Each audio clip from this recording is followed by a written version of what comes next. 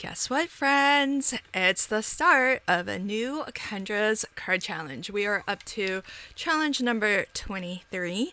My name is Lynn. I'm one of the KCC instructors, and what I like to do is show you how to cut your 6 sheets of 6x6 pattern papers and create all 15 cards following the cutting guide that is free.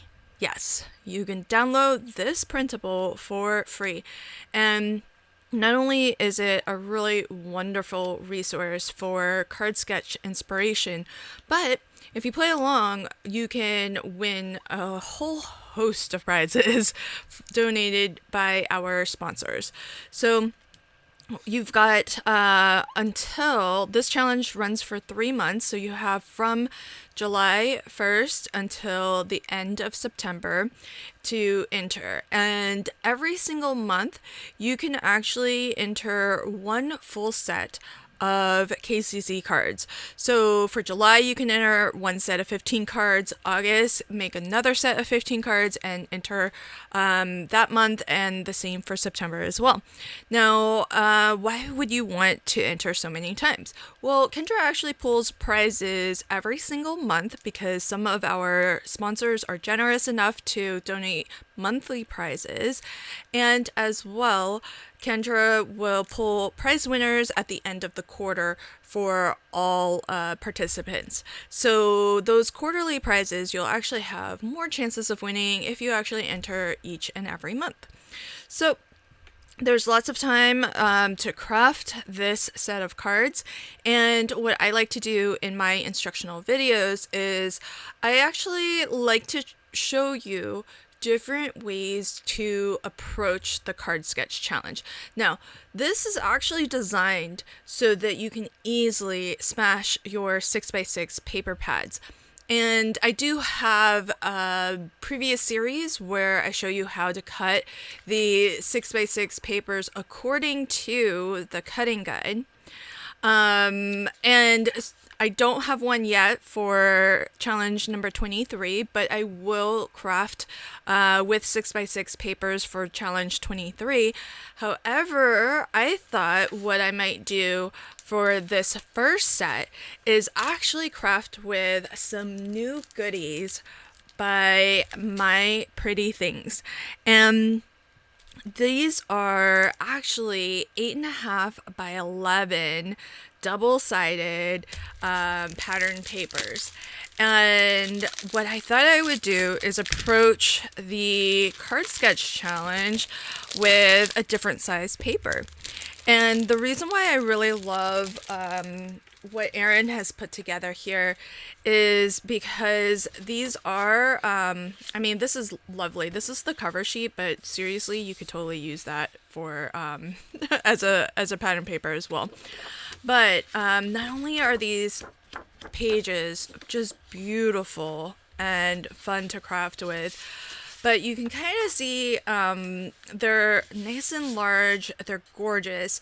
Erin always does this where one side will be really themed and highly graphical, but you just flip to the back and you just have a really beautiful all over print that is not themed but coordinates beautifully.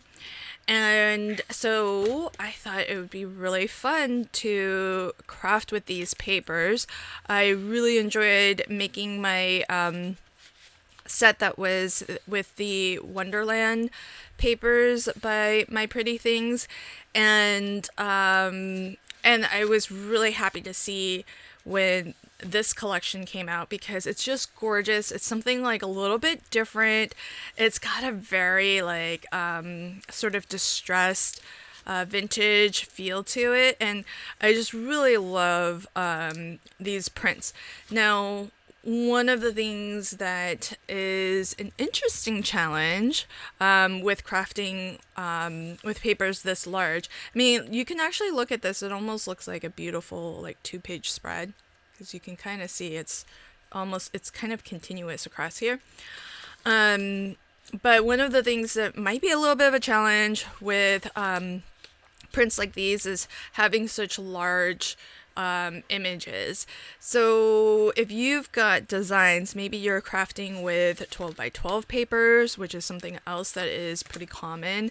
Or if you like to purchase printable papers and print them out onto 8.5 by 11, you should still consider playing along with the challenge, because I'll show you how even with a print like this, where you've got some pretty large prints, some of the things that you might want to consider when you are crafting with papers designed like this one. And I do love that she has sentiments and sort of focal images throughout, really, but these last 2 pages I think are really great because you've got some panels and you've got some sentiments that you can use on your cards.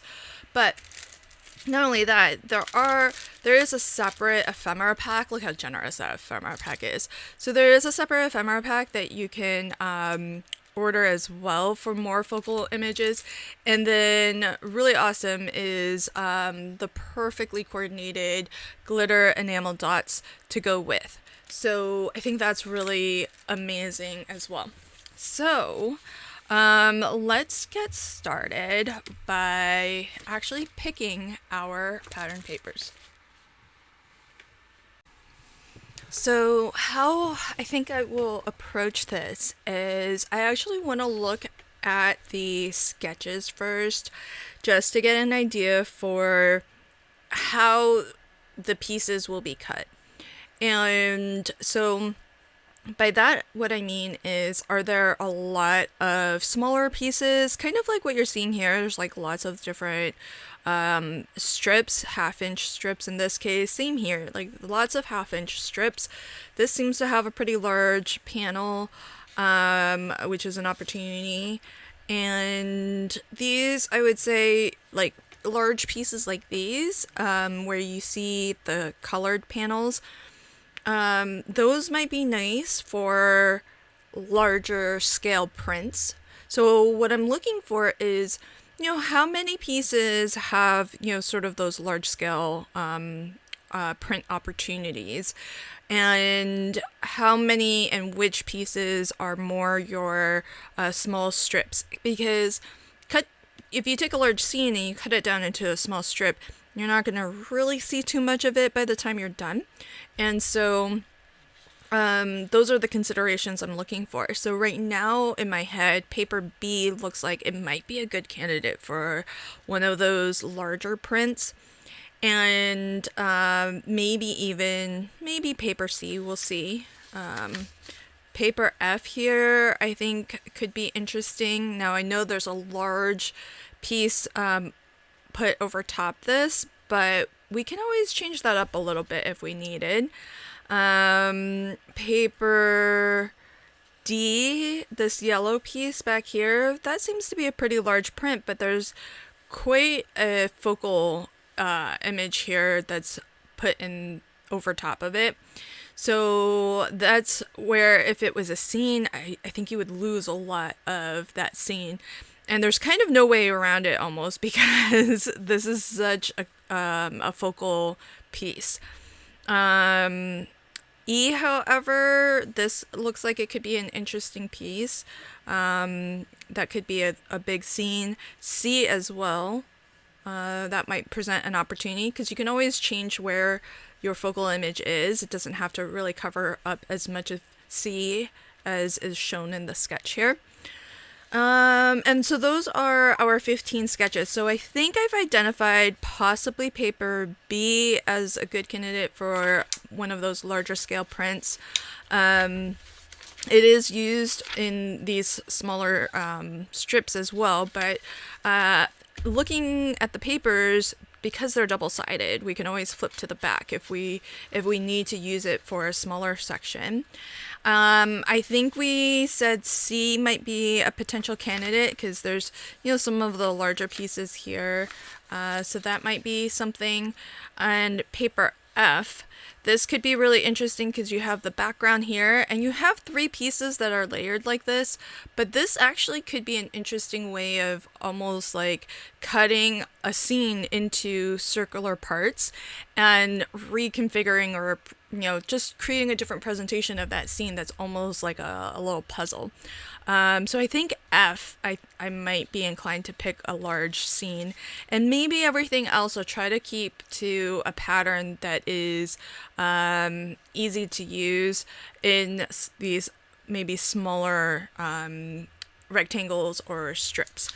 So that just gives me an overall sense. Maybe 2 prints that are a nice large scene, and then other things that maybe we'll work with on smaller scale prints.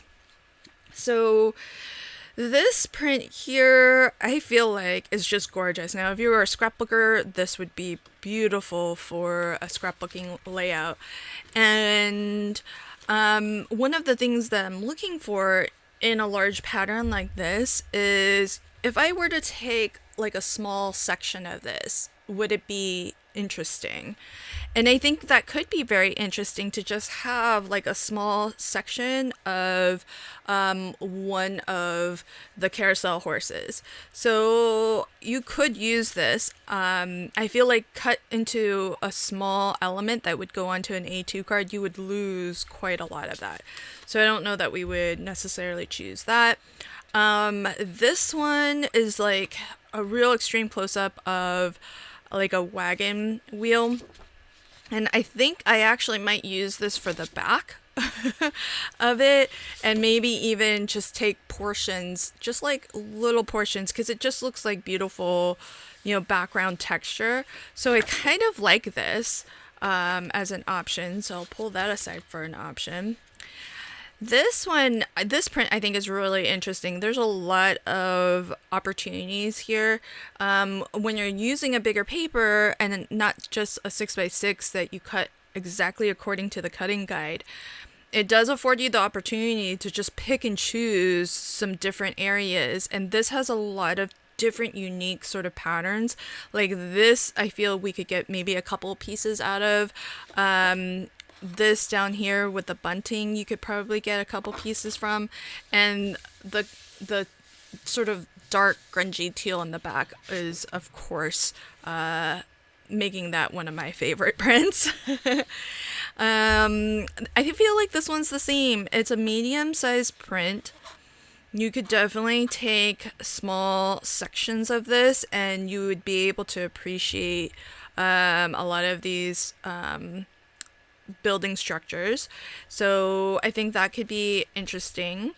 And this blue is really lovely as well. I'll keep that as a maybe. We'll do like a final pass.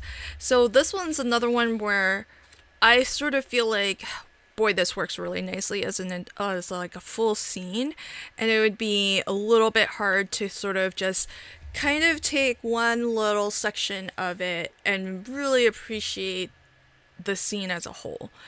And so this one I don't think I would use. I feel like I would save that, although I do like the back having a dark color, so I might use it for the back. Here's another one that I feel kind of like the wagon wheel one. It could just be a lot of interesting sort of textures and patterns collaged up. I don't feel like this is a big scene, and already there's a lot of sort of almost like a tapestry feel to it with this portion down here. And so I know that that's a big tent, but the reality is if we cut it into small sections, from the top or the bottom, I feel like it would lend itself to being split up that way. And you don't lose too much of this as a scene per se. So I think this is a really good candidate. It does have the light blue also. And so we'll set that aside as a maybe. Here's another one that I think is a really cool scene, especially down at the bottom here. I feel like at the top you could really use this sort of standalone just as like texture pattern, almost like a mixed media collage kind of feel to it. But I like that. I mean, imagine making, say, like a slimline card with that as a background panel to start. I do really love, this light color, but I think we have a light blue, so that could work. Now this one I really think is kind of cool when I was flipping through initially. Again, this already has some of like that patchworky kind of feel to it. It's got these tiles, but even within the tiles there's already like a little bit of pattern built in.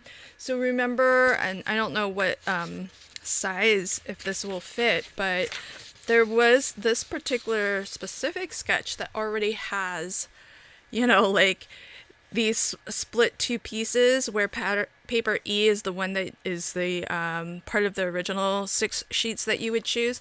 I almost feel like, this is already lending itself really well to this sketch. It's already got, say, what maybe your pattern paper would be, and then maybe an optional piece above or below it. So I think that's kind of cool. I think these in between spaces, we could maybe get some of those 1/2-inch strips out of it. So I kind of feel like this would lend itself pretty well. And then the back is just a gorgeous, almost like it almost reminds me a little bit of doing some gel printing, and you just like have a lot of layers built up, and you're just leaving some of the old paint on there as you pull your prints. So I really like that. And this is another one that's kind of similar. It has that same sort of collage-y feel to it. And so I might take this too, because look at all these like interesting little strips that you can grab from the background. And again, it's just got like a really beautiful print on the back of that too. So we've got this as a third option that's very similar. This one has a nice scene on the back. It's a little bit sort of out of focus, so it's definitely one of those scenes that's really meant to be like pushed into the background. I really like it for that, and maybe keeping that as a whole scene on its own would be good. And then here's one again where we can maybe get some focal images, maybe get some patterns out of that, but really this lends itself already to getting cut into those 1/2-inch strips. So I'm going to pull that as an option as well. Oh, and the back of that's really, really cool too. Got lots of different options here. I do kind of like that. And of course we've got our sentiments and some focal images. So I'll pull one of those sheets to use. So that's sort of a first pass at papers that I think I might use. And here's what my approach will be. And this is a very different way of playing along with the challenge than what I've done in the past, because I'm actually not going to just pick 6 sheets of 6x6 pattern papers to start with. What I'm going to do is I'm just going to approach these one sketch at a time. And what I'll do is just look at the sketch and then pick the papers that I think I might want to use for that sketch. So we're going to start with sketch number 1. And I'm going to do the challenge in real time, but because I'm going to do all 15 cards in real time, I will actually probably split this video into a multi-part series. But let's start off with sketch number 1, and I'm just going to do a little quick flip through just to see. Now technically what you're looking for in sketch 1 is just paper A. That's what would normally come from your initial selection of 6 sheets of 6x6 pattern papers. But what I'm going to do is I'm going to look for that gray piece, which we can have be whatever we like. And I think what I might be inclined to do is actually have that piece be a bit of pattern paper, like this one. So you can, I could totally see taking a little section here for that gray piece, and then we'll layer on top of that, just creating this pattern here with maybe some coordinating from the back of that.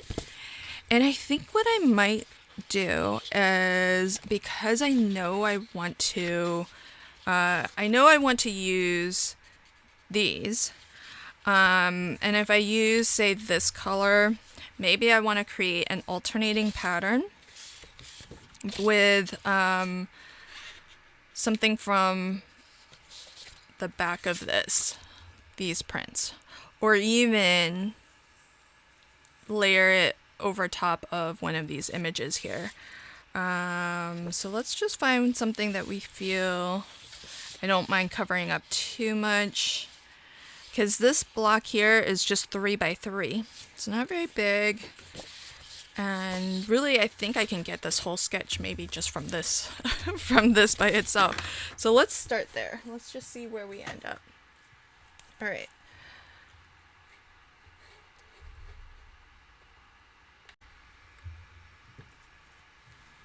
All right, I got my card base here.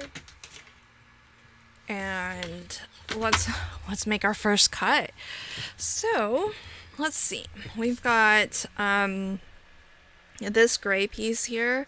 What I love about Kendra's card challenge is that if you look at the sketches, they all have all of the measurements for every single piece on here.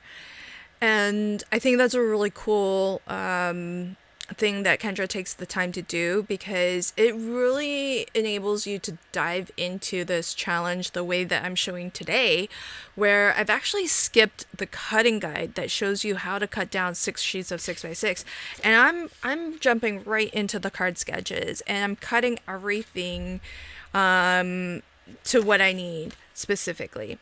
So I think what my first cut will be on this is, I'm just going to make this first cut at 5 inches tall, because that gray piece ultimately will be 3 3/4 by 5. So I am going to try to be as economical with my cuts as possible.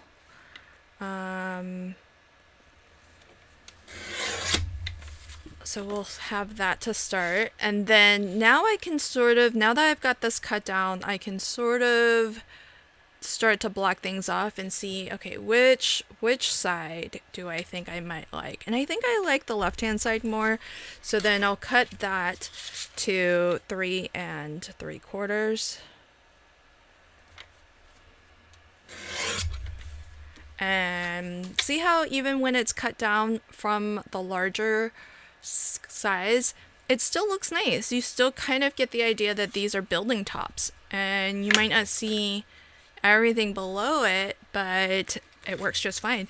Now, what's great is I can flip to the back and immediately get a layer to mat below it. Now, this sketch actually shows 2 mats that are pretty thin, but you know, this sort of distressed paper, I just really love that pattern. I sort of want as much of it showing as possible.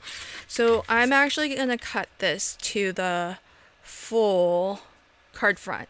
So that would be 4 1/4 by 5 1/2. Okay. And that's going to leave me with a little 1/2-inch strip, which maybe I can use later, because there's lots of 1/2-inch strips here. So I'm going to keep all of my scraps available so I can grab them. Likely I'll use it on that side. But now I've got the perfect mat. It's a nice wide border, so you can still kind of appreciate that sort of distressed feel to it. And I don't have any of that white card base showing, which I think, given how these papers look, I probably won't really show too much of the card base, because this does have that sort of old antique-y sort of distressed look to it. And so having the white of the card base show probably doesn't look the best all the time. And so now we have to think about, okay, now how do I want to present this? And it has some 1/2-inch strips. So what I can do is just look to create a 3x3 square here, and recreate this design, and either feature, maybe I cut a 3x3 square from this, maybe I take a 3x3 out of this and it just seems like it's a close-up of one of the buildings, and it's just got a little bit of a pattern over top of it. So we'll see. The other option is to just find some more pattern papers, because that's really what I like to turn to when I'm looking for filling what's shown in white, gray, or black. I kind of like going to my pattern papers to start. So one of these I feel like would be really, really pretty, because I remember the back of it being really gorgeous.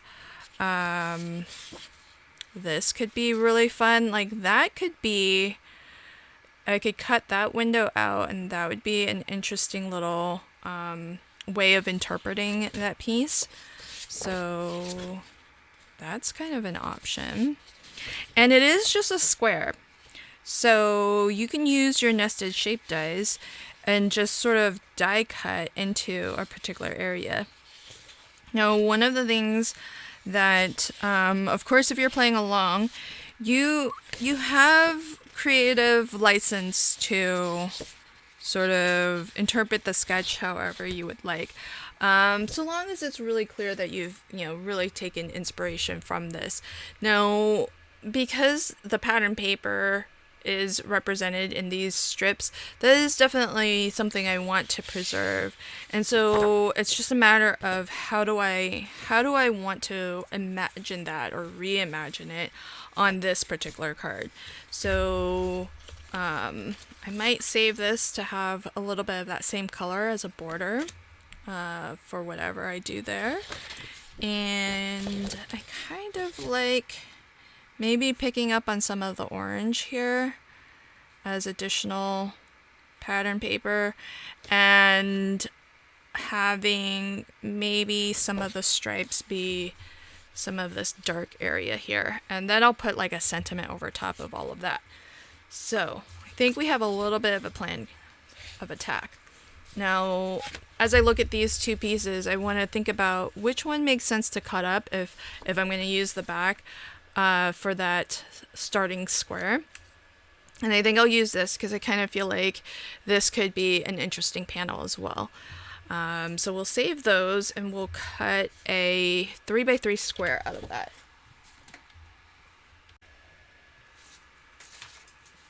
Okay, so I've got a nested shape die set here, and I'll just find what looks like about 3 inches. It's a little bit smaller than 3.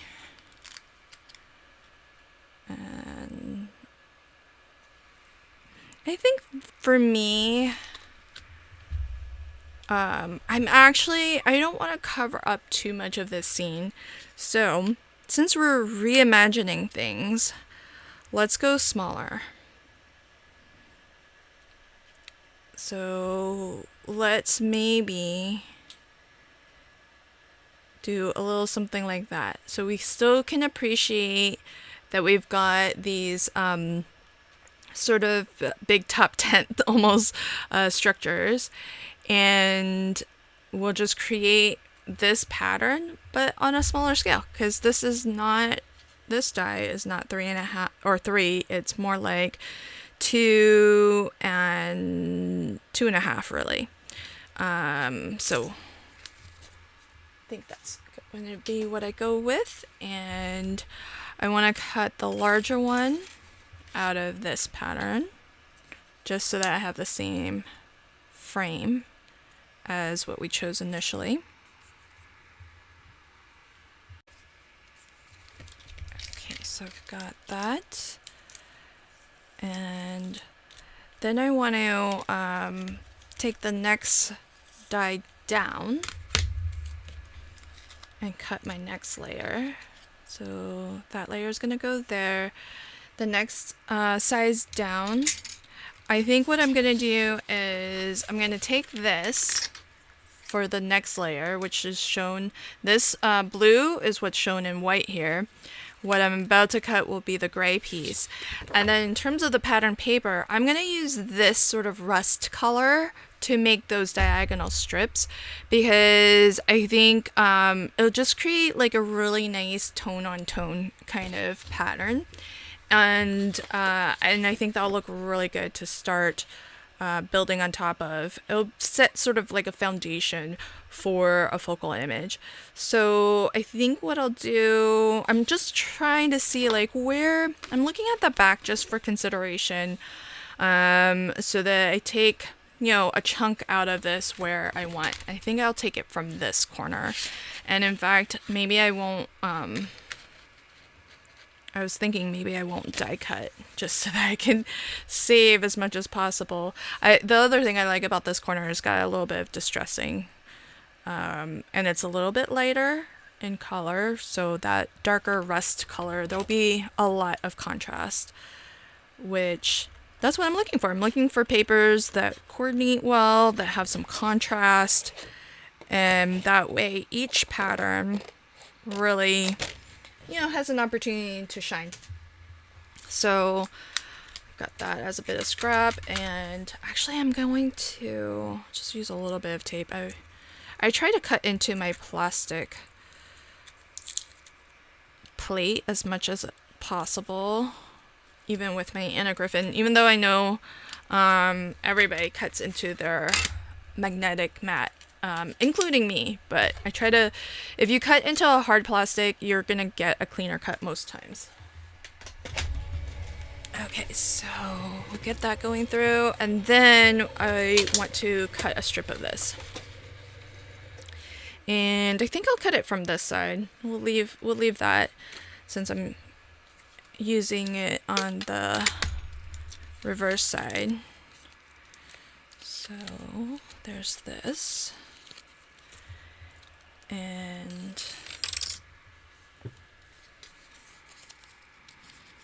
And you obviously don't have to use a die for this because it is just straight cuts, but the die does give you that really nice professional cut edge.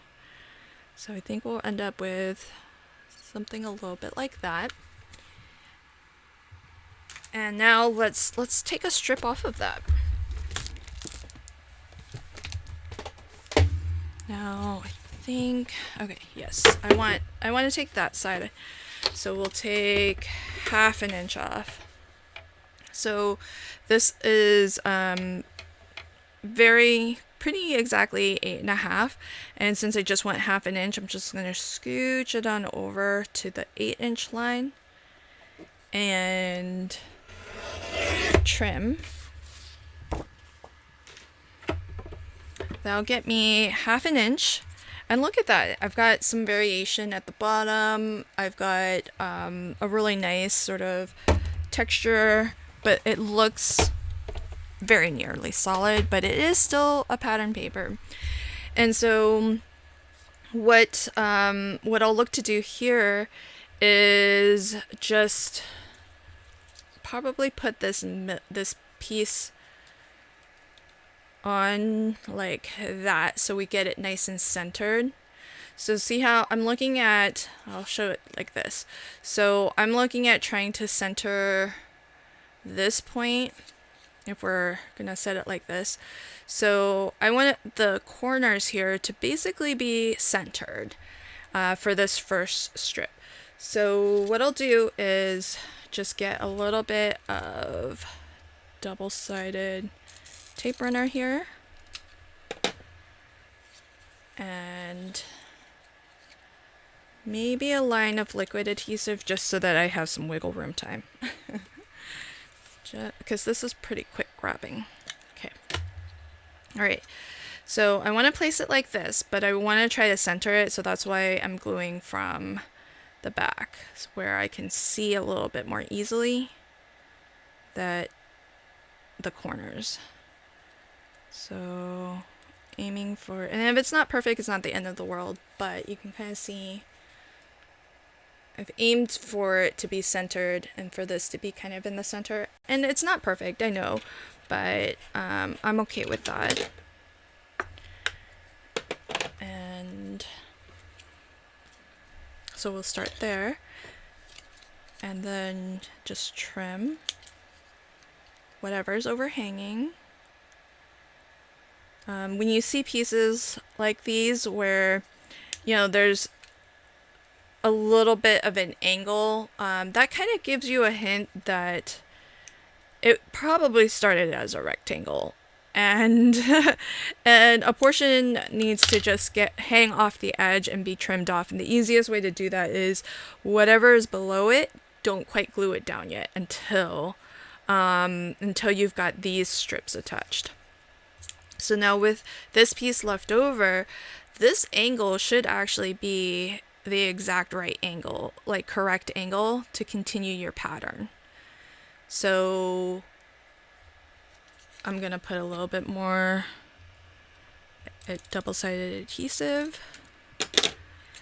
and then I'm gonna do something similar where I just line this up. Now I have an angle to go by. It should be parallel to that first strip that I put down, and all I'm doing is I'm just gauging that this space is equal to that space. But if I'm off, I'm off. I'm not going to be too particular about measuring it or being super exact. So I can now cut that off. And this piece can now be layered up here. And it has the exact same angle, correct angle. So we'll get a little bit more double-sided adhesive. Hard to know exactly how much of a stretch you'll need, but you can always measure it and mark it too if you wanted. I think that looks about right to me. You know, if it's not exact, it's not the end of the world. I did get more adhesive than what I really need, but again, not too worried about that. And there we have it. We've got a cool piece that is the foundation of maybe where I can put a bit of ephemera and put a sentiment. Now, normally when I'm approaching the challenge, I kind of prep all of these pieces and then I leave it to assembly later. But we have all of the pieces now. I think what I'm gonna do, just to approach this a little bit differently, and then you can decide, you know, which approach makes the most sense for you. I'm actually gonna essentially create the sketch, and then I'll leave it to a different stage and do all of the ephemera and sentiments later. But we'll get everything actually glued to card bases as we go, since we're cutting as we go also. So if you've ever watched any of my previous instructional videos and you've kind of, I think sometimes, especially if you're new to card sketches and you're new to playing the challenge, choosing your initial pattern papers and cutting according to the cutting guide can feel maybe a little bit overwhelming before you even see a card. Especially if you've followed or watched how I approach the challenge typically. And I thought this would be just a fun, different way to approach the challenge where you can really see a card a lot sooner. And sometimes I feel like the satisfaction of completing a card really helps to propel or, you know, give you that momentum to keep going because of you have that sort of a sense of accomplishment. So I think positioning it a little bit off center, I feel like might be fun, because I've got this pattern going here. I kind of want to preserve this little detail. And if I were to finish this, I would maybe look at the sentiments in the sentiment sheet that I originally pulled out, to see if we've got something that would be really great. I could do celebrate good times. That could be a fun one. Enjoy the show. Who wants popcorn? Greatest show on earth. Kind of like these down here. And then let's look at the ephemera pack. We'll just actually do this card beginning to end. Maybe the sentiments can come later. Let's see. I kind of like this is sort of fun. Life is a circus. I really like that. I don't know if I'm gonna have multiples of that, but I like the fact that there are sentiments in here. Magical night, greatest show. Oh, that's cool. So this ephemera pack has sentiments and focal images. So that's really cool. So what I think I might do is have, we can keep it simple and just put life is a circus. And maybe we can have one of the circus performers or circus acts as part of the decorations here. So let's see, that's kind of cute. Little lion. I kind of wish this was just a smidge smaller,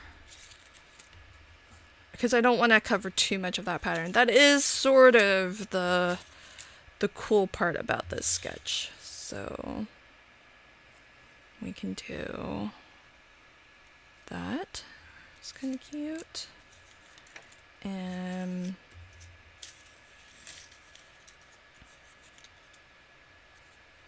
let's do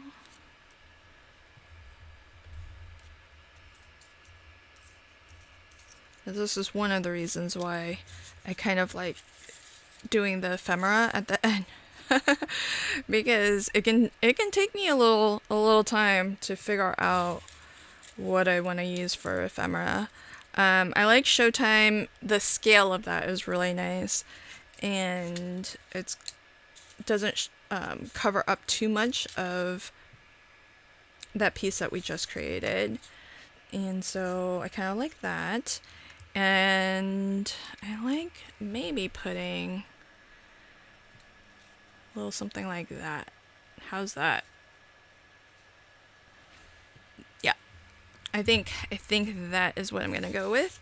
So let's go ahead and I'm just gonna go ahead and glue it all down.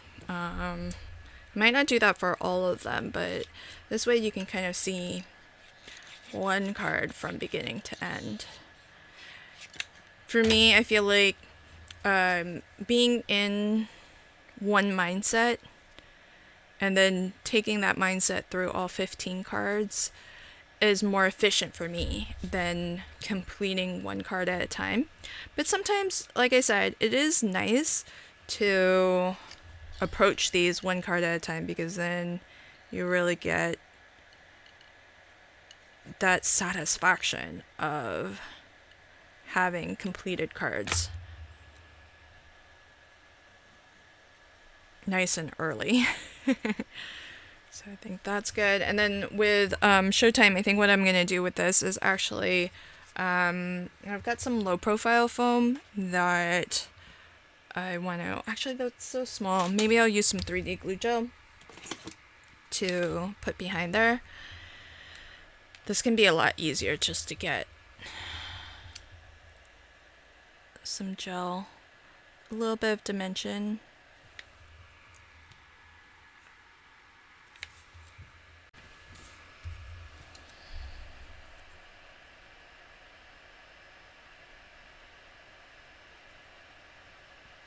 So I'm just gonna put a couple of little blobs of glue gel, and that way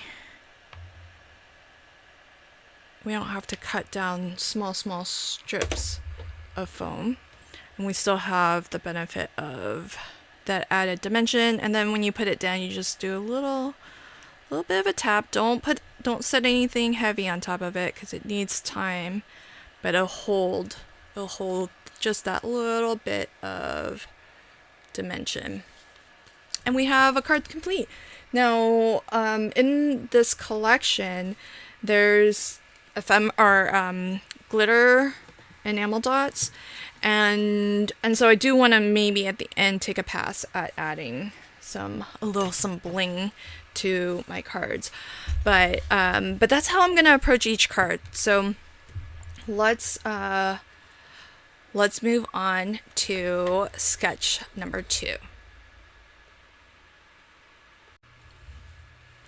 Now with sketch number 2, the main pieces that typically would come from your initial cut of your 6x6 pattern papers is paper A.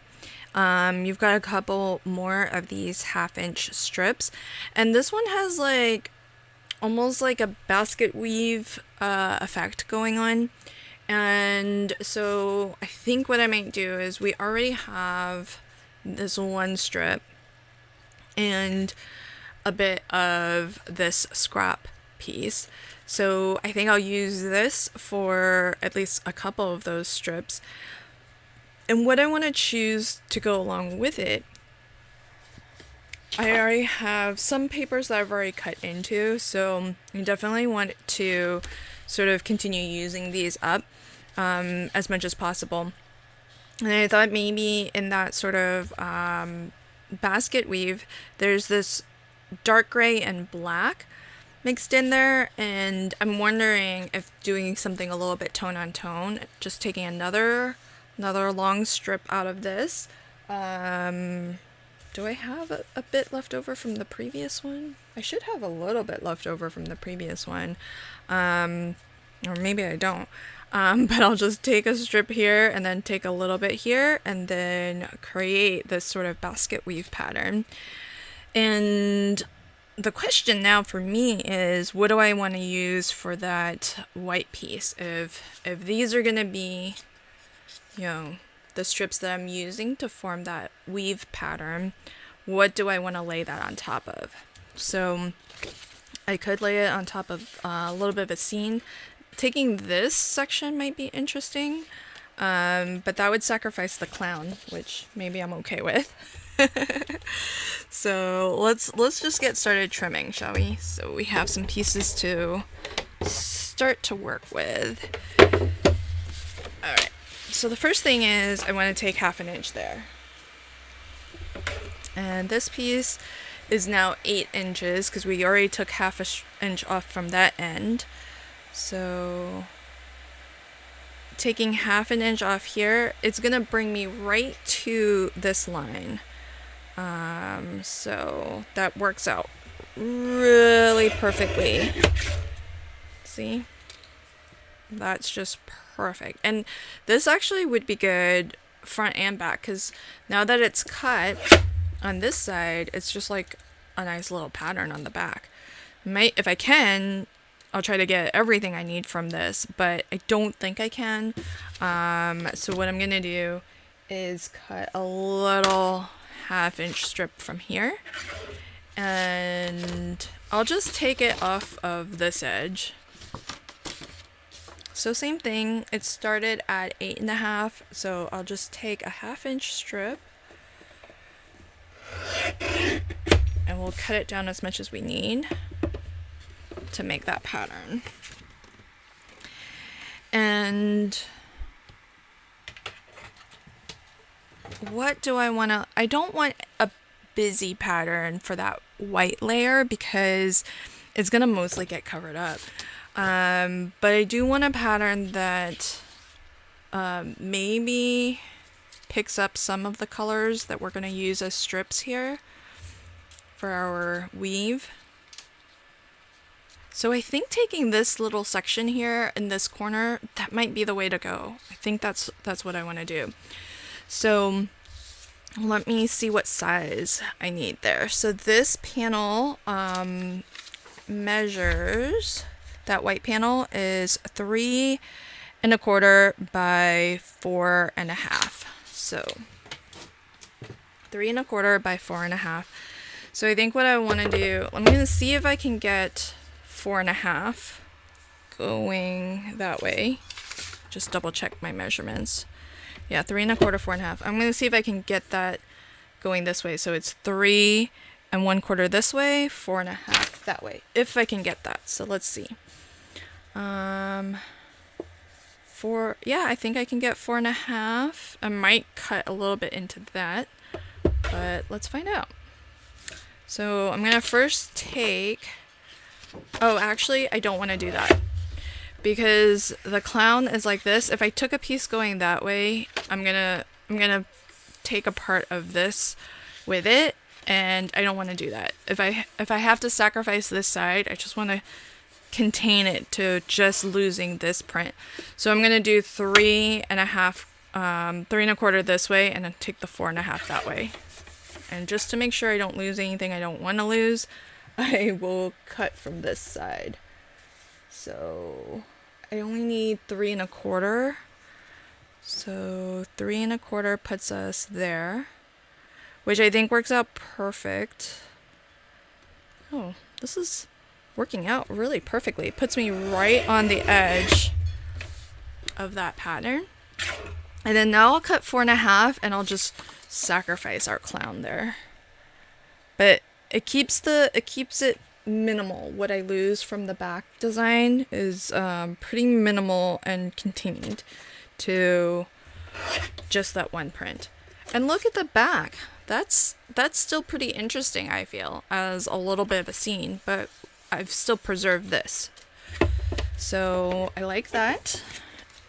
And so then what I want to do is this is going to be the base for our weave. Now I've got top folding cards, so I might actually change the orientation and just rotate it. But now that I've got my strips, what I might do is let me just orient it this way just so that we can see what's going on with the sketch. Because once I figure out the panel, I can always rotate the panel later. So I've got one strip. I'm gonna definitely need another of these blue strips. So let's go ahead and cut that piece so we have it to work with. And so anything that I've cut into, I'm definitely going to set aside, and that'll be like the first stack that I reach for when I move on to the next sketch. That way I can try to use up papers, as much as possible once I've cut into them. So let's get 1/2 inch. I think I'm gonna need it off of this long edge so that it's long enough to go diagonally. And I happen to know the cutting blade is 1/2 inch, so if I just butt this up like that, that should get me what I need. All right.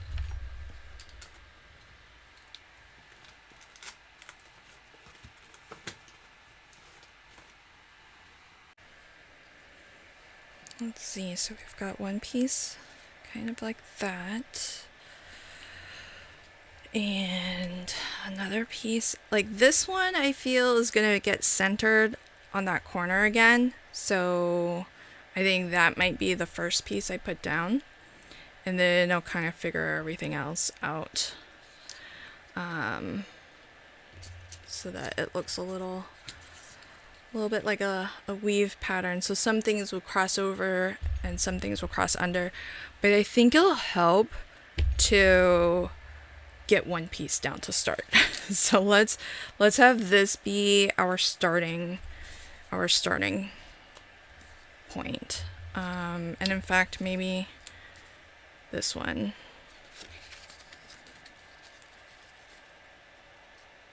So all I'm looking to do is just center that. And we'll get some adhesive on here.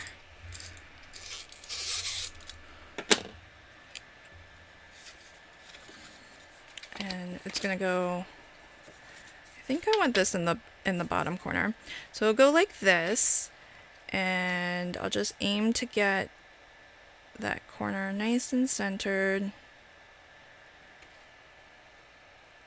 And then wherever this lands, I just want to make sure that it's goes completely off the edge.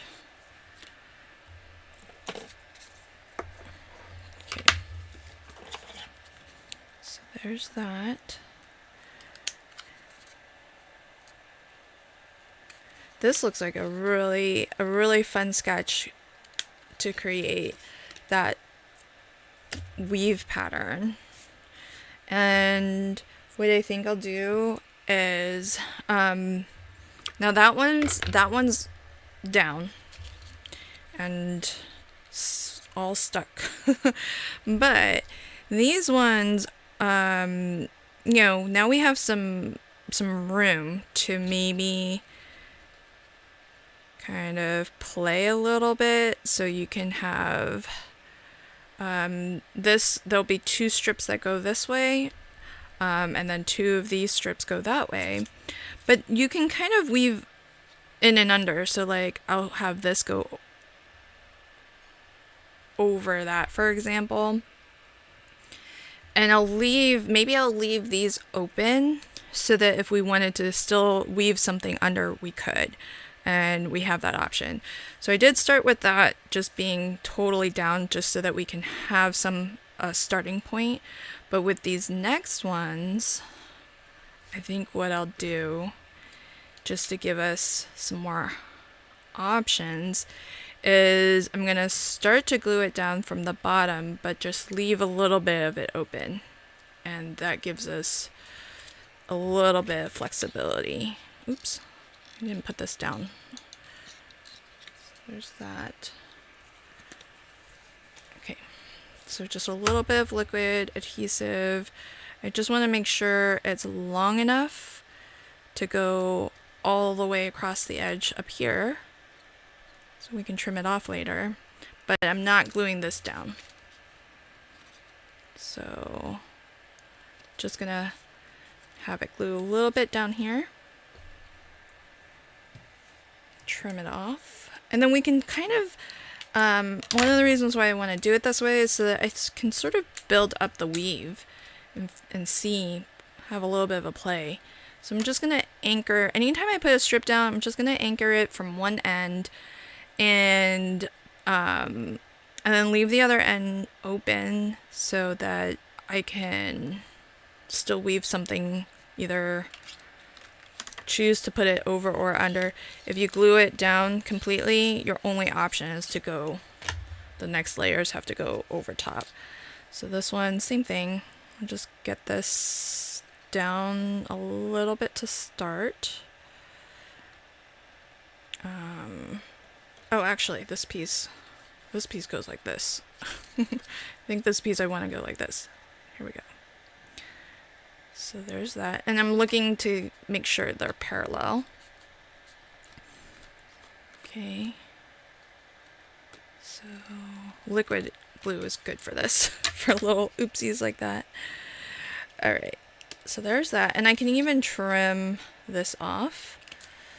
Okay, but now what I can do is I can take the next strip, like this one that crosses over. So now I can decide, do I want this to go over this strip? Or if I wanted, I still have the option to put it under. But I think for this one, I'm gonna go over. So we have under, over. So it'll look a little something like that. So knowing that this I want to place over this strip, I can go ahead and glue this down. It's nice to give yourself options so that you can, still decide later what you want to do. But I feel pretty good about wanting this piece to go over. And so then what I'll do with this piece is I'll start gluing it down from this end, but again, I'm going to leave the other end open so that I can decide what I want to do there. And I'm just looking to make sure this hangs off completely so we can trim it off, and then it's parallel to this strip here. Okay. And so we can trim that off. And if you want, you can trim these off since you know they are long enough. Okay. So now I've got a couple pieces left. So we have one piece that's going to go like this, and that should be this color here. So now you can kind of appreciate why I've left this open, because now I can sort of slide this under and then it can go over that piece for that effect. And then this piece here would go here to create something like that as an overall effect. So I kind of like that, how that feels. So let's start with this one, and I'm just gonna glue as I go. So I'm gonna put a little bit here because I know it's gonna go under, and I'm looking to have this be parallel. I'm trying to make sure the spacing is a little bit even also, but to be honest, I'm not too worried. And then there's nothing else that's going to happen with this piece, so I can actually put some adhesive down and go ahead and tack that. And then with this one here, there's enough space here. Maybe I want to continue the pattern. The sketch doesn't have it, but who knows? What I'll do though is I will leave this end open. So let me trim this off. And so now I can, since this edge is still open, this edge is still open, with this piece I can still decide, do I want to weave this under for that look? Or do I want to put this over for that look? And I'm actually not sure what I want to do. I think I want it, let me see. And that's why I feel like it's kind of nice to just do this on the fly. Because you can really see, as you go, you can build the pattern and just see what you like and try it out both ways. I think I like it. I think I like it over. And so I think I'm going to do that. So if that's the plan, then I can go ahead and glue the rest of this strip down, since it's going to go beneath. And there's nothing else that we think will want to slide under. This is still open, just in case. I'm leaving myself some options.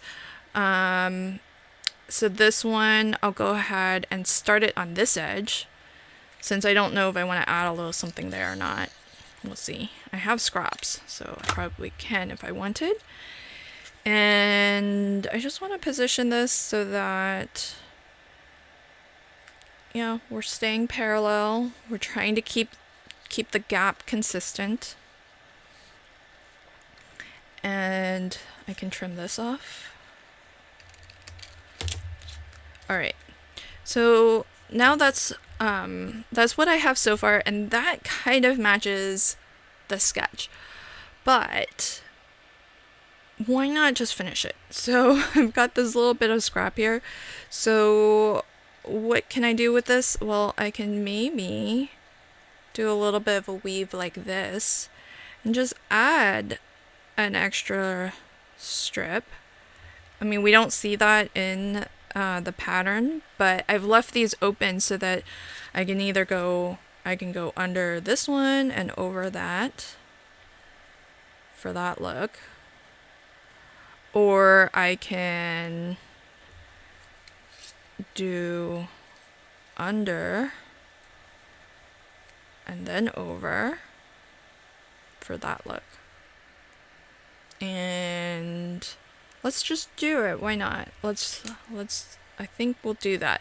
So since we're going over this strip, we can glue this down. And it's a little bit easier to glue it down before you glue something over it, because then you can lift it up, get some glue under. This one, since we want to go under that, I'm going to leave that open still until I get this down. And this is my final strip, so I'm not going to really, pretty much once it goes down, it'll go down, glue down entirely, like that. And we'll snip this off. And this now, we're done. So we can glue down. And there you have it.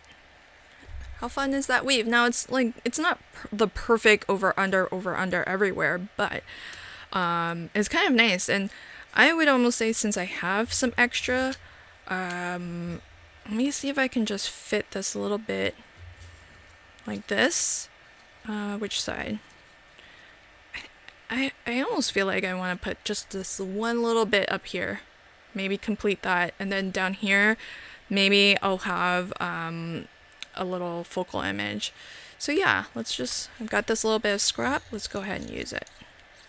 So you can see that I have eventually turned this sketch into something a little bit different to how it's shown, but it has the essence of the original. And when you're playing along with KCC, you should definitely feel free to take these sorts of liberties so that you can really make every sketch your own. And what I want to do now is add some of those nice mats and layers behind this. So what I'm inclined to do is try to find one of those really lovely like patterns like these, but I kind of want a really rich dark one as my first matte layer behind this panel, and then maybe I can use a lighter one behind that, because there's multiple mats and layers here. Okay, so this is that initial stack. And let's see. Oh, I remember there was that one. It was almost black. Let me see.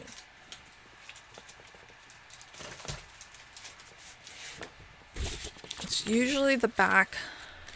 Oh, see, this would be really good. We don't really have the red. I think we have more of a rusty color. But maybe this. See if I can find one that has more of that rusty color. I don't think I see one that has that really rich. Oh, you know what? Ooh, this would be one where we're sacrificing a little bit, but this has all the colors in our weave. It has a little bit of interesting highlights here and there. If I take the top portion, if I take the bottom portion of this, is a little bit more solid and doesn't have those bright spots. And I don't mind, I'll be honest, I don't mind sacrificing clowns.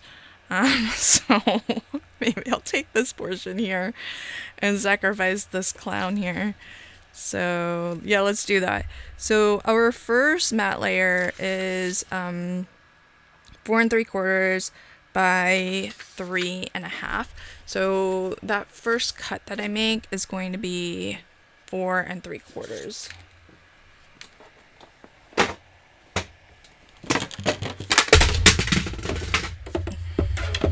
think I'm dropped another paper color, so we'll start with 4 3/4 by 3 1/2. Okay. Oh, I love that. Okay, so that I think is really nice. And then let's see, maybe if I have a bit of that blue left, I think I might like to put a blue mat behind that now, to bring out some of that blue. So let's see what we got. Here's our card base. I might leave the white. I don't know. We'll see. This is the biggest blue, and this would need to be 5 1/4 by 4 if we stick with the sketch. But I can get a layer. I don't think it's not going to be as big of a frame though, but I do like it. Yeah, we'll just have a larger bit behind there, which maybe can be this color. If we cut this to our card base. Oh, look at all those mats and layers. I'm loving this so far. Okay, let's have that be the plan. So that means that this piece here, I'm cutting it so that it's an equal bordered mat for this. So this was 4. Now I'm sort of winging it. I'm taking liberties at this point. So this I think is going to be 5 inches, right? Yep. So this is 5 inches, and it needs to be 3 3/4 to be the perfect mat for this. So there's that. And this goes on top. And then all of that will go. I mean, if I had a cream color card base, I think I would just let it be. But that white is just so white. So I feel like my options are, I use something like this as a first layer. So let's see how that looks. And I am covering a lot of this, but it's just texture. It's just more interesting. So yeah, let's just do that. And we'll see how this looks. So let me cut this to 5 1/2. I have options. I can use either end, but I think I want to use the lighter end of this.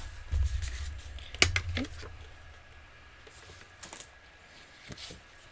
All right, so I feel like I can probably start to assemble this. So this will be our first layer that goes down.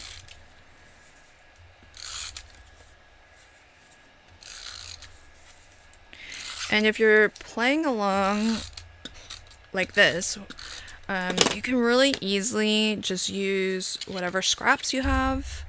I'm of course starting with a new collection and full sheets of 8 1/2 by 11, but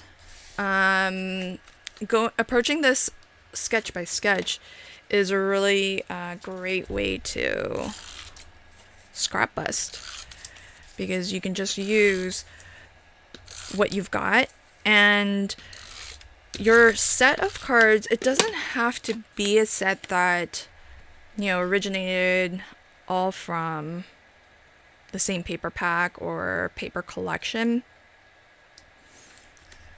It just needs to represent all 15 sketches. That's it. And so while I think a lot of times we tend to use the KCC cutting guide and sketches as a way to sort of really use the 6x6 pattern papers that's in our stash, you don't necessarily have to always craft that way, as I'm showing here. And so here's this little sad little clown. I mean, this is a really fun sketch. I've got so many layers here, and I love this sort of weave that I've created. But I haven't used any solid color cardstock yet. But a lot of these, you know, they're monochromatic, and they may as well be solid color cardstock because of how monochromatic they are.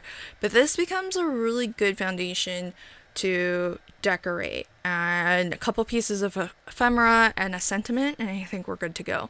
And I would probably concentrate that maybe in this corner here. And for me, I think I'm gonna make this a portrait oriented card. So I'll leave it to another pass to revisit and decorate this. Now let's move on to sketch number 3. All right, sketch number 3. Now this one, look at how great this one is for scrap busting. It's really just 1, 2, 3, 4, 5, 6, 7 half-inch strips that are 4.5 by 1/2 inch. So let's look at the scraps that I have left over. Let's look at some of the larger pieces, and this one should be easy peasy to assemble. So let's get my scraps, and we'll see what we can get from it. Alright, so I've got my card base here, which I probably will cover because I think white, I don't think white is the way I want to go on these cards. And I think I might put, I should have cut a little bit more efficiently. I'm still gonna use it. I'll just cut my card base down a little, and I'll cheat. It won't be exactly A2, but it's gonna be really close. I'd rather that than cut like a bigger square out of this. So this is gonna end up, because it's very close to 5.5. It's like a sliver. So I'm not gonna lose much. I'm gonna cut this to 4 1/4 this way. And I think I cut that edge just with my scissors, so I'll go ahead. This will be like a 1/16 of an inch shy of 5.5. That's fine. But what that'll mean is I'm gonna cut my card base off by that little bit there. So we'll cheat a little bit. We'll make my card base fit. Okay. See, now I can just use that piece.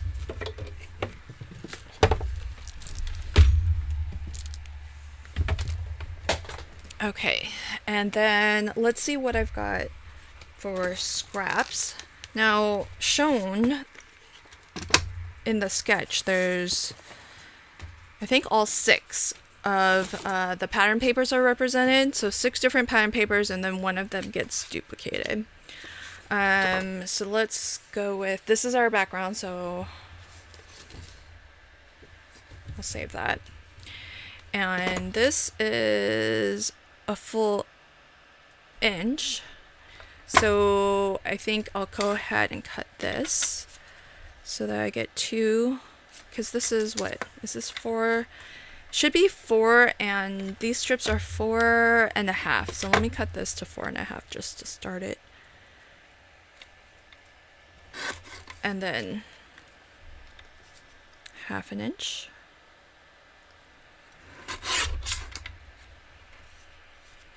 Now this, I feel like, is small enough to toss at this point. Even though I'm not done with all of my cards. I find it not very likely that I'll be able to use that. What other pieces have I already cut into? Let's see. That's really great. Maybe that's our beginning and end. I mean, the back of that's really nice too. So if I use the back as one of the strips, I still have this. So maybe I'll cut a strip off of that. So let's just get a 1/2 inch off of this.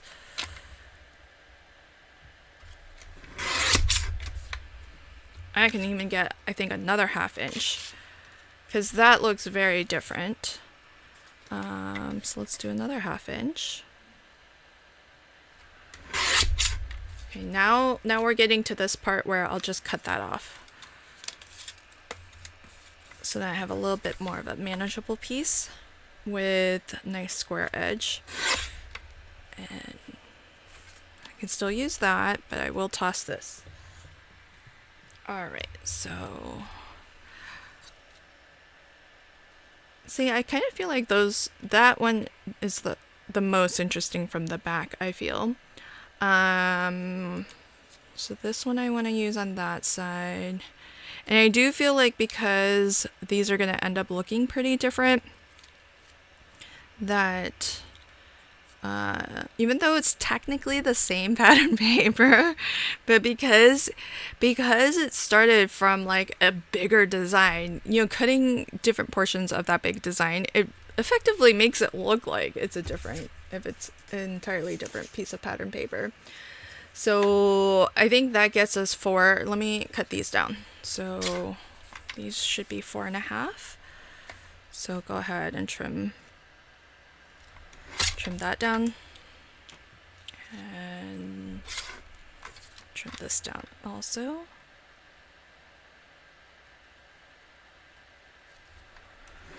Okay.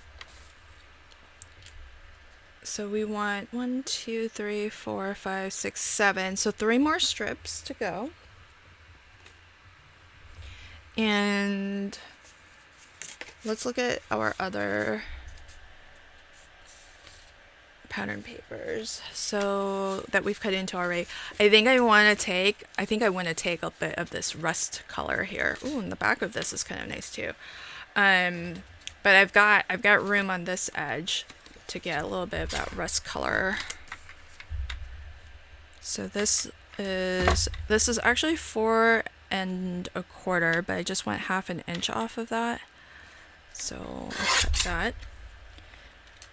And that'll be nice because it kind of picks up on a little bit there. So we have some of that color coming through. And then maybe we'll take this side. I'll take another 1/2 inch off of this. And I'll still have that clown if I wanted to use that clown. So we've saved the clown. And this one will be a little bit lighter. So we have like a strip that's a little bit dark, some that's kind of mid, got a little bit of a mix of dark and light. We've got one that's very light, and then everything else is kind of mid-tone. Let me cut these last two to 4, and I want to take this edge off, so 4.5.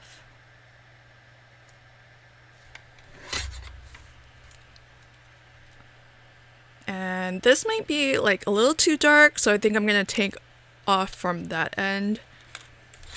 Actually, the contrast is nice. Let me take it off from the lighter end, because you don't want everything to be so even in terms of light versus dark.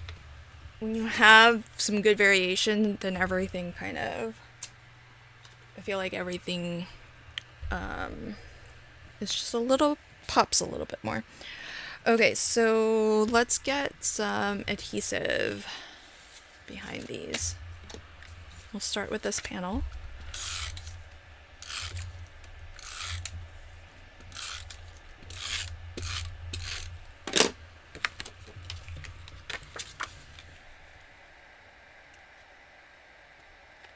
Okay, there's that.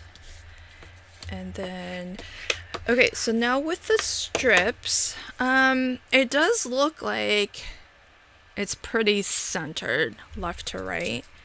So if that matters to you, what I would do is get all of these to the point where you can, I think this one, like mix things around a little bit. Okay.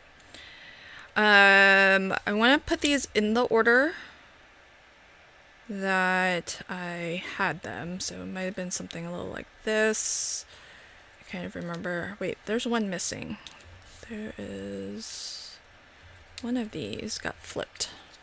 This one. Okay.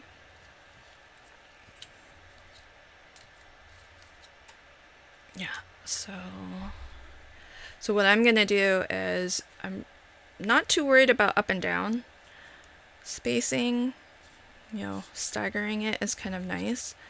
But what I do want is for this to,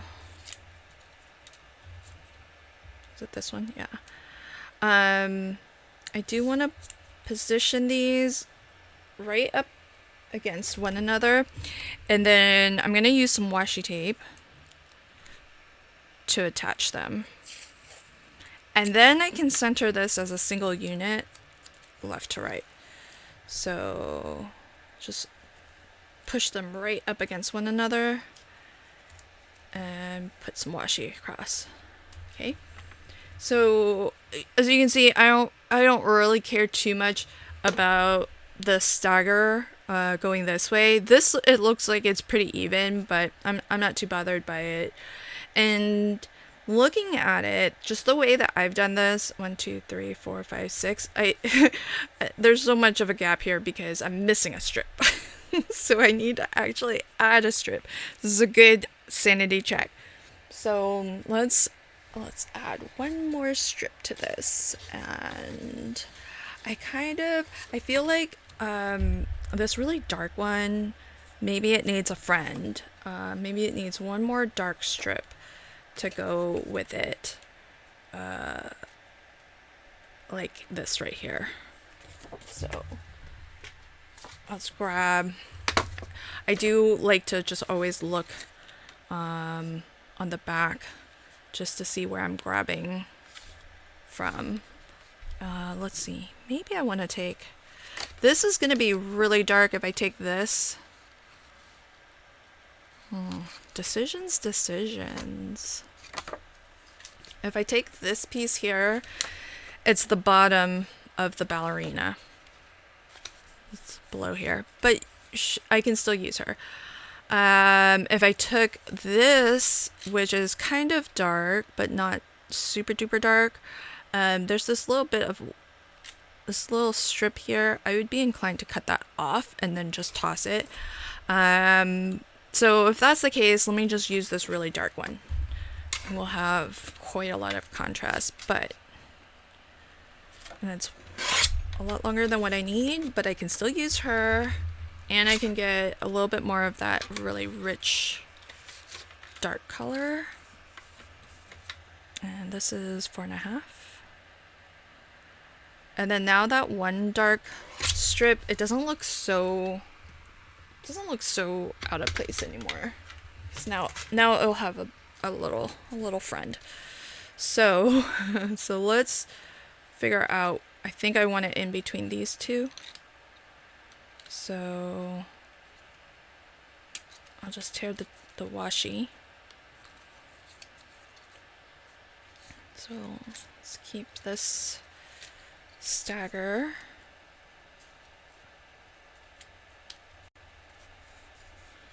Okay, so it'll look a little something. Actually, I think I want to turn this like that. This piece will go here. Oh, I actually might have to redo my stagger. So there we go. More washi.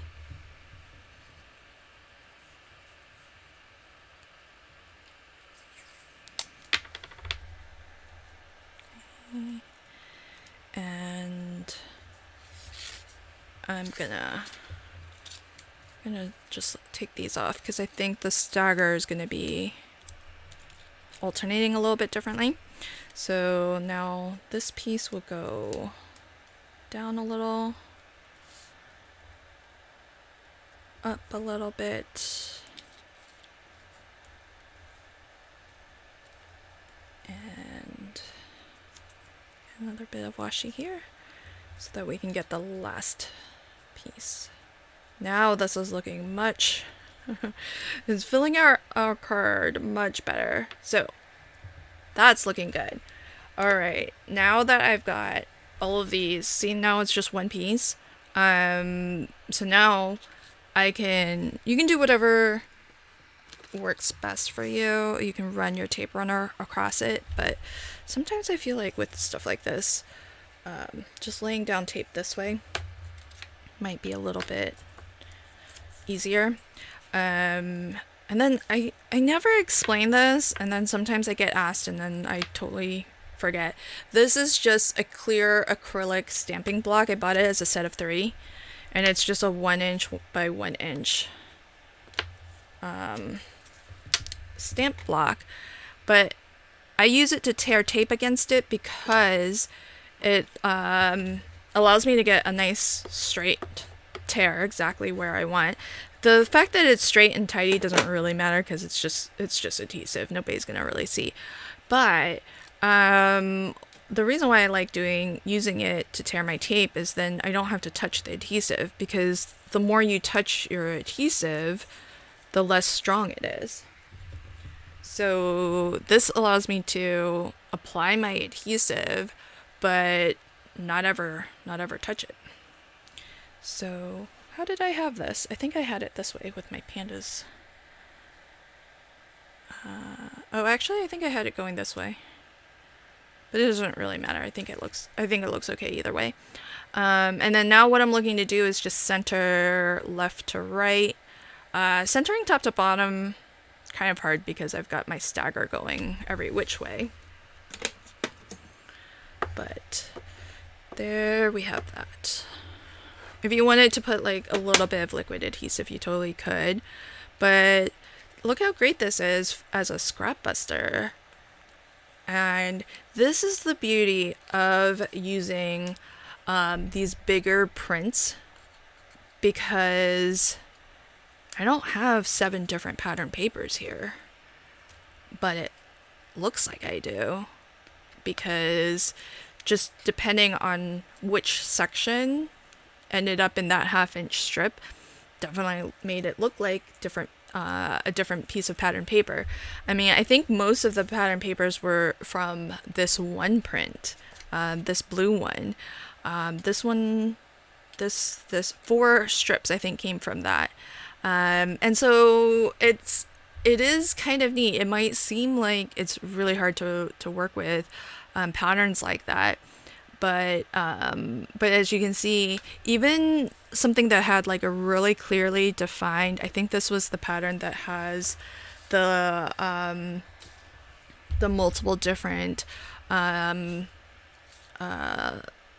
tents and the building structures. Once it's cut down into a strip like this, it just looks like pattern and texture, and yeah, you don't see that larger scene, but it just looks really interesting.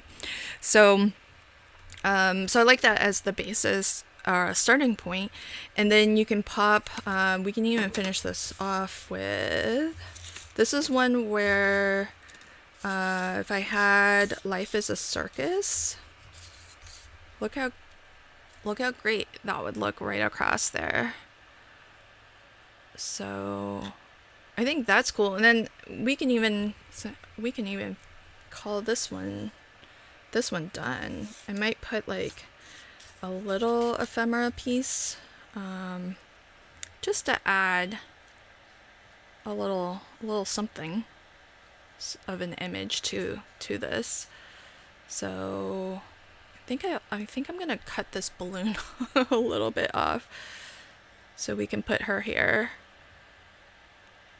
Also, a little something like that, and maybe lift it on some foam. So I'm gonna So card sketch number 2 is the only one I have to kind of go back to finish on this particular series. But I think what I'll do is probably going to end this first part here, and then schedule another part so that we can continue with the next set of sketches, and then maybe hopefully wrap this up in 3 parts. But let me go ahead and decorate this real quick. I might go ahead and decorate sketch number 2 also, just so that we can be complete about it. So this is just my low profile foam, which I really like because it's not a ton of dimension. You don't have to worry about triggering extra postage. And you can still kind of layer a couple of layers of this on top of one another, and it still wouldn't be overly thick. You can still probably send it for a stamp even with 2 layers stacked on top of each other. So I'm gonna get a little bit of this up here. And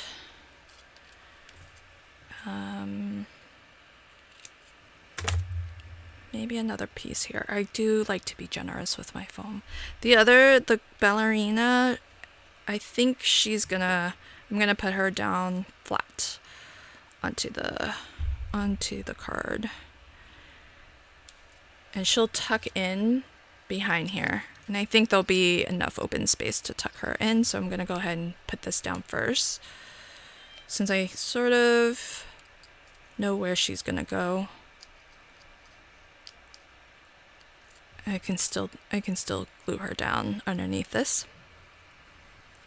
Alright, so life is a circus. We'll go a little bit, I think like that.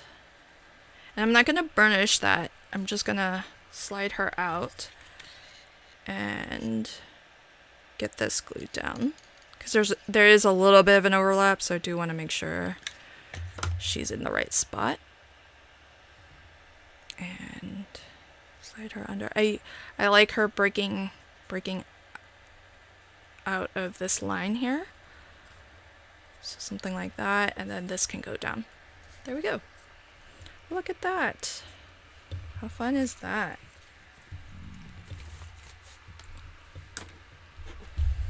Give that a good burnish. All right. So while we're at it, let's go back, revisit 2, and get maybe a little focal image on top of this. Now, one of the things that I did pull out to use is this, which is some sentiments and some focal images. So there are 2 sheets of this, so you can utilize both. But what I think I might do, since these are kind of big, I don't know, I think what I might do is fussy cut this lion out so that I can use him, but he's not super big on the card. So I'm going to turn the camera off to do that fussy cutting and then come back. Okay, so I fussy cut this, but I left a little bit of the blue border because I thought that it would set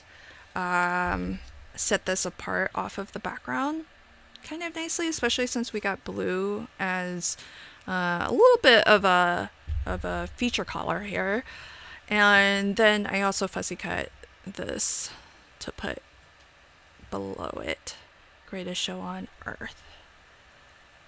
So I think I like that. So I am going to go ahead and glue this down straight to this background here. I sort of like it coming off this edge. I sort of like it melding into that part of the weave that's the same color. But when we get to this, I want to use a little bit of low profile foam on that and give that a little bit of dimension. So let's cut a piece. It's long enough, and this will go right over top. Maybe overlap it a little bit. I think part of it I'll hang off. And that's the first 3 sketches actually complete, which usually the way that I approach Kendra's card challenge, it's not till the very end that you see any final cards. But look at all of that dimension, all the layers, all the patterns. So let's take a look at the first 3 sketches. We've got sketch number 1, which is really, I like building these patterns. This one in particular I love. I think this might be one of my favorite techniques, that sort of basket weave effect. I added a couple extra stripes, strips to it, and then I also rotated. So I did take some liberties with the mats and layers, but that one I think turned out fabulous. And then this one, what a great scrap buster it is. You just have a lot of these 1/2-inch strips, and I really love that with the these larger print patterns, you just flip to the back and it looks like it's a different pattern, even though technically it was the same sheet of paper. So got to use up a lot of scraps that way. So I love that, and I always find that you do end up with a lot of these 1/2-inch strips. So I feel like this is a good go-to sketch just to keep in the back of your mind, because how fast and easy was that to put together? And you just need 1/2-inch by 4.5. But really, I think you could make this very adjustable to any card size, and even if you rotated it, it would be great with going horizontally, or if you have shorter strips, you can make a landscape and just have shorter strips going that way. So really, really fun. So those are the first 3 cards featuring the new papers from My Pretty Things. This is such a beautiful circus themed collection. I'll leave links to everything in the description box below, and I hope you stay tuned to catch the next part where I pick up with sketch number 4. We'll see how long that goes, but I'm going to try to keep these videos to about an hour or an hour and a half. That way they're not super long, and if you want to craft along with me, you can still craft along in real time and follow along with me as I go. Thanks so much, and until next time, happy crafting and have a fabulous day. Bye.